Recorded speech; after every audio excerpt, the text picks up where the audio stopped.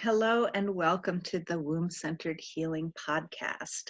I'm Sama Morningstar, and the question has come up recently in the Womb Centered Healing Temple, and I have this question for myself about our approach to womb wellness. And and the distinction between an approach that sees issues with the womb as something wrong with the womb, sees menstrual irregularities as a sign of wrongness in the womb, versus the same issues, the same menstrual irregularities, being a sign of what is right with the womb, what is wise in the womb, and the womb's intrinsic abilities to inform us and educate us and guide us how to take better care of ourselves and how to have better overall health in general.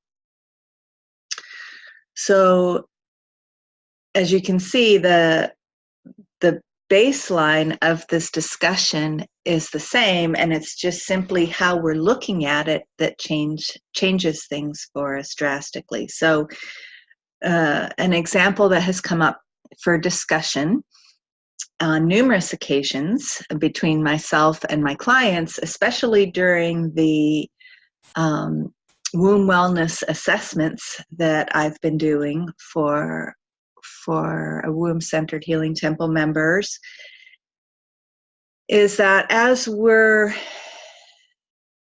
looking at menstrual cycle analysis, for example, there is a tendency to have this idea that a certain type of menstrual cycle is the perfect cycle or the perfect period. And in fact, some practitioners actually use those terms, and that any variance from that indicates something wrong with the womb.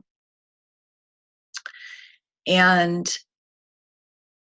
that can set up, that whole idea or ideology can enforce or fortify these ideas that have been passed down that there's something wrong with us in our wombs and for having a womb.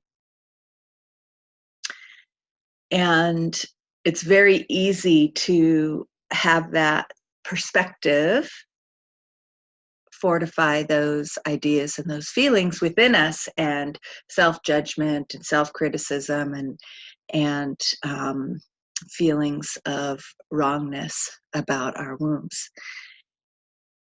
And so the shift in perspective that I want to encourage, because just deciding that, everything, any way that the womb is functioning, any menstrual cycle is fine, is normal. That's the sort of the where people went to get away from that whole way of looking at things, that something's wrong with the womb. So instead saying, all of that is normal. Any length of cycle is normal for that woman, for that person. Any symptoms are normal. Menstrual cramps are normal, pain during the cycle is normal. All of that is normal and fine, and there's nothing wrong with the womb. Well, part of that is true. There is nothing wrong with the womb. However, the womb is a vital sign. It does give us information about our overall health. And because of the whole wrongness culture, and suppression of this whole, that's all normal, is another side of that same suppression, going from wrongness to everything's normal and everything's fine. That's the same side. One is denial, and the other one is vilification and making the womb wrong or bad. And so how do we find our place in the middle? And so for me, what is becoming the strong voice of wisdom in all of this is that the womb, in all of the variations of menstruality and fertility and all of that, is a sign, is a wise voice, it's a vital sign about our overall health. And what we know about the body is that we have a system of health and well-being that, when at its optimum, supports fertility, and that fertility in the womb looks a certain way. There's a way that the fertile womb cycles every month, and that there are signs of health or ill health within that cycle. And we're remembering this after, all these thousands and thousands of years of suppression and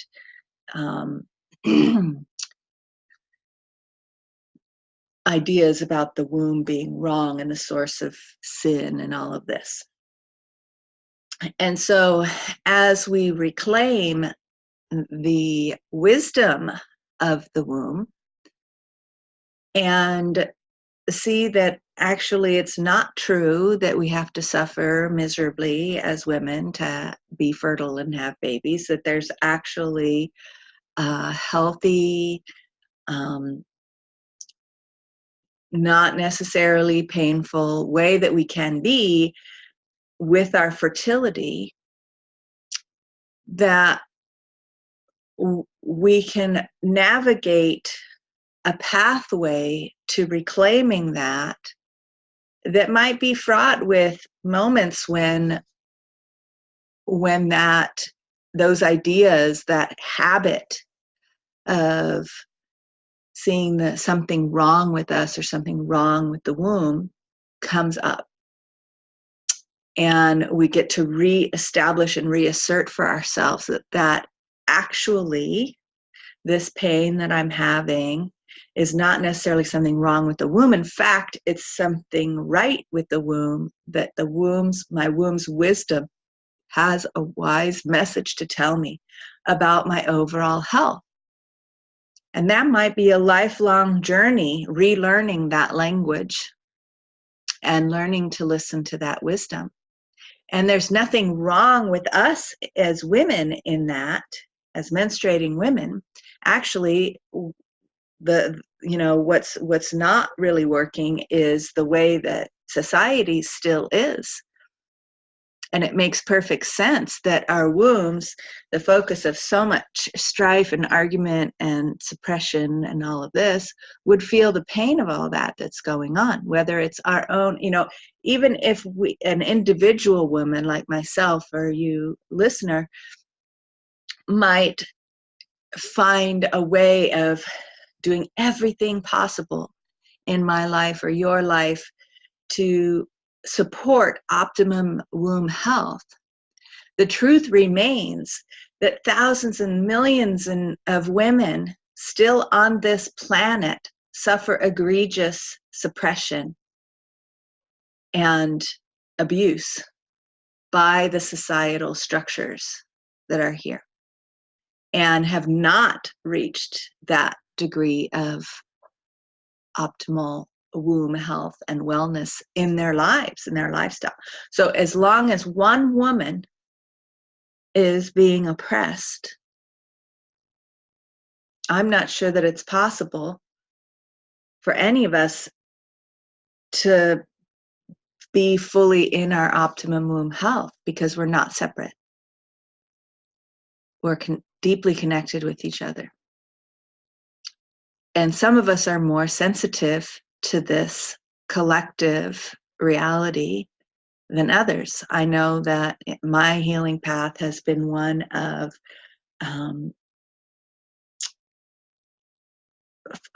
setting up my life to meet my sensitivity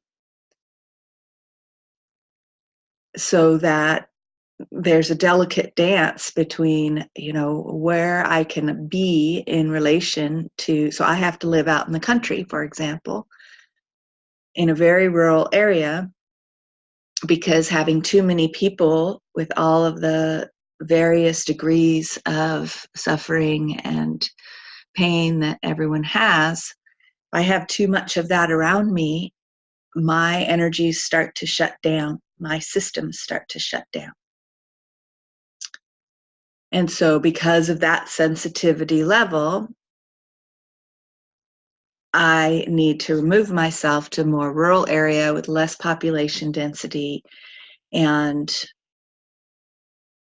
live my life from that place so that I can nourish my systems to optimum well-being to the best of my ability. Now, that doesn't mean I don't have my systems that do shut down from time to time. My womb tells me, I just need lots and lots of rest just being in this world. And so navigating my relationship with my womb well-being, my optimum health, is going to be a very different pathway than someone else with a different degree of sensitivity who could live in a more populated area and have optimum health and lots of energy and all of that. And so just recognizing that each of our individual soul and womb and body and genetics are going to require, and ancestral lineage is going to require a unique scenario for optimum health. And that our wombs, far from being something wrong with our wombs when we continue to have messages of imbalance about our overall health from the womb, there's nothing wrong with our wombs. It's simply that our wombs are continuing to give us the message that we're still looking for that balance of our well-being. And we can continue to listen to that message. So I encourage you to listen to the message and really take that in, as the womb is, if we're having painful or difficult womb symptoms, for example, one for me of short cycles is one that I have struggled with this ideology to a certain degree, because in one perspective, a short cycle is a sign of uterine fatigue. Well, as I've looked into that in more and more detail, that it is a sign of uterine fatigue if the shortness of the cycle is happening after ovulation. And as I've gone through this cycle and looked at it and listened to it more and more, for me, that's not where the fatigue is coming in. That after ovulation, I have a good 2 weeks before I menstruate every month. The months when it's short is the months when I have a shorter ovulation phase, pre-ovulation or follicular phase, where after I finish bleeding, I ovulate on, say, day 10 or sooner. So that I'm still listening to that. Does that mean my ovaries are tired and are not fully developing an egg before they ovulate? Or does that mean my ovaries are ready to go and make that egg happen in a much shorter period of time than happens typically?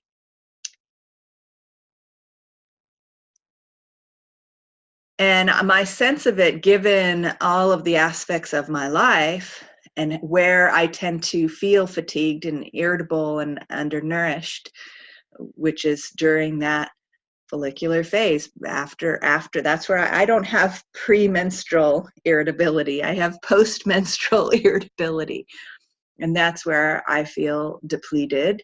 And so my sense of it is perhaps that I'm not getting all the nourishment that I need at that time. And so that's where I focus my steaming protocols and my herbal nourishment and my, you know, nutritional intake. And that's where I'm looking to develop that to fully nourish myself during that phase of my cycle. Taking that as a sign to look at my whole life. And if I extend that into my creative process, for example, I tend to get a big vision about something. Let's say that's at the beginning of the cycle where you have a vision of that egg that's going to produce something and be fertilized and be born. But as soon as I get that vision, I want it to hurry up and happen right now. And taking those day-to-day steps of laying the foundation and taking, listening to what preparation would need to take place in order for that vision to come into fruition, and setting up everything to be in place, I get real impatient with that process. I want it to just be happening now. I want to shoot my arrow and be beamed over somehow to where the arrow is landing at the goal. And that's a tendency in me. So that is very much seems to be related, and a message from my womb in this shortened follicular phase of, releasing the ovary before perhaps it's 100, releasing the egg from the ovary before perhaps it's fully ready. And so this process of nourishing myself during that phase of my womb cycle is a powerful practice to me, for me, of doing just that, laying the foundations, setting up the structures, nourishing the early development process of whatever vision or creative project I have, and setting it up so that when it is time for that egg to be released and potentially fertilized, that it would develop fully. It would be fully developed, fully nourished, and fully ready to be fertilized and gestated and born, carried to full term. And so in this is a way, this way of listening to the womb messages and nourishing the womb fully in what it's, and what the message is powerful alchemy for our whole life and the fertility of our whole life, whether we're trying to have a baby or creating something, creating a successful business, creating an artistic piece of work, writing a book, whatever it might be, to fully nourish all aspects of that creative cycle, and letting our wombs let us know where in these places of concern. I also have menstrual symptoms like blood clots and cramps and things like that. So I ingest a lot of herbs and do other processes to help that letting go process to be more easeful.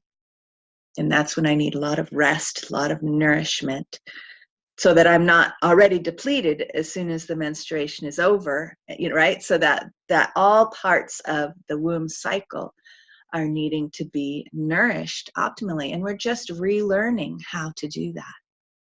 So I just wanted to put this podcast out there to encourage women who are exploring womb-centered healing, to examine, to inquire, how are you looking at your womb symptoms? Are you looking at it as something wrong with your womb, something disappointing, or a failure about you? Or are you looking at them, these whatever symptoms, whether it's infertility or endometriosis or fibroids or whatever it is, as a message from your womb about whole aspects of your life that are asking for your attention, for more nourishment, for care, for healing, perhaps? And if you can receive that as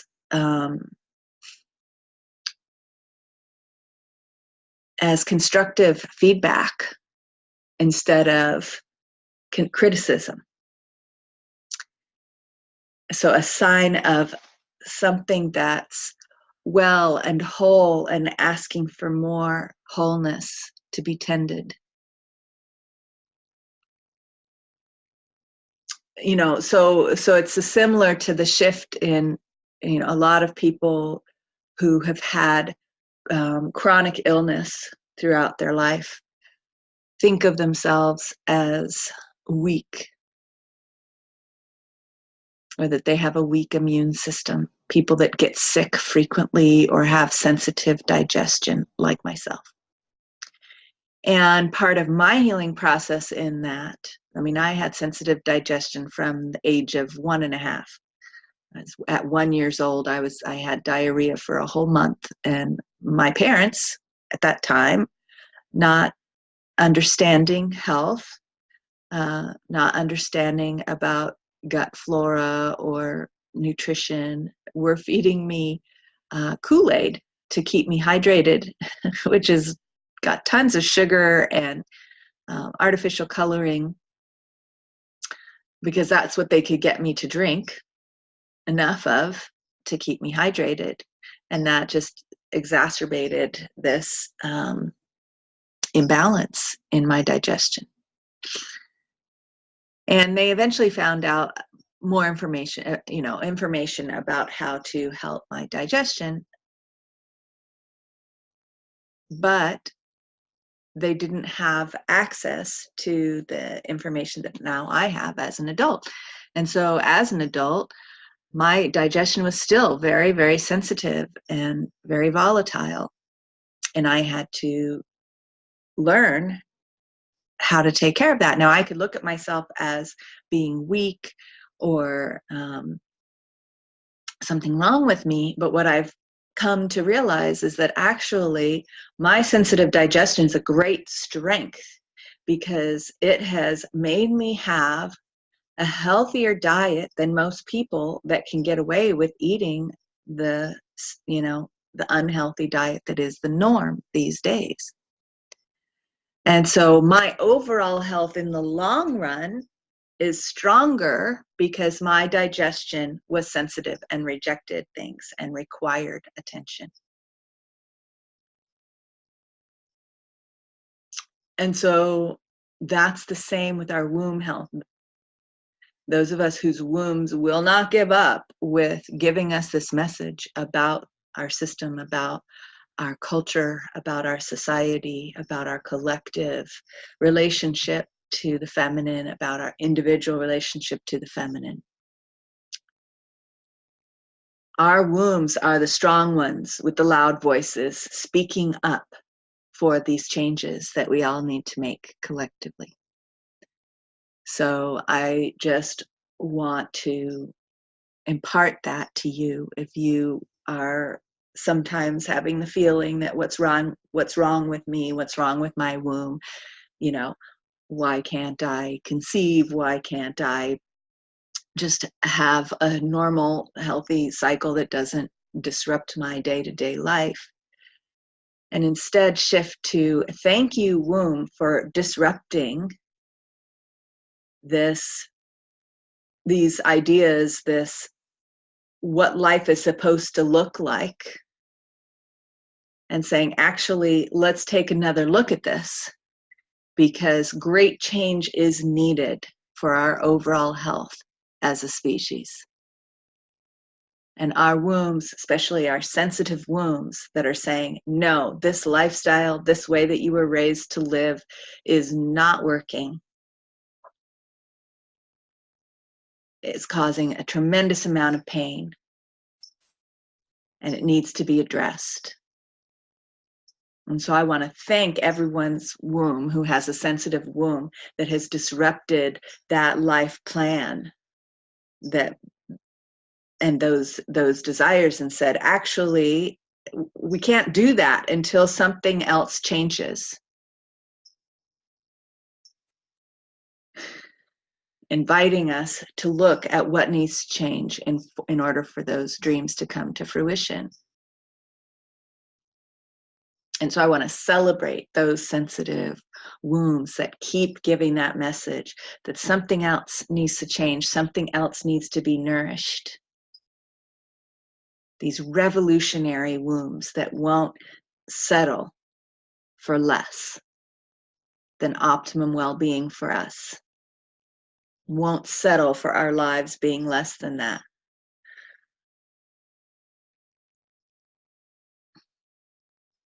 So I celebrate all of us whose wombs keep giving us the message over and over again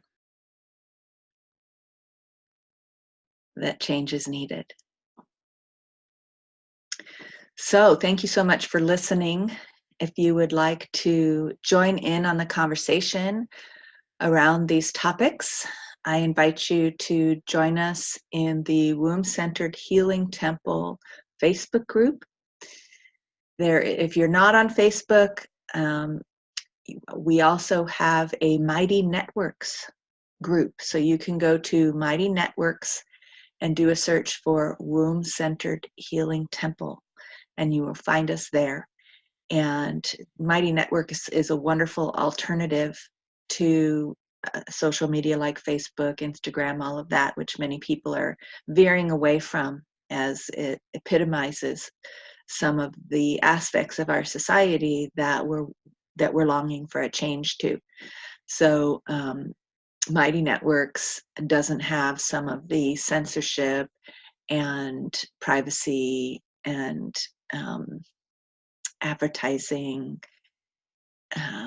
and business issues, business-oriented issues that we find and run into on Facebook. So join us in either place, and I look forward to seeing you there. So thank you so much. Until next time.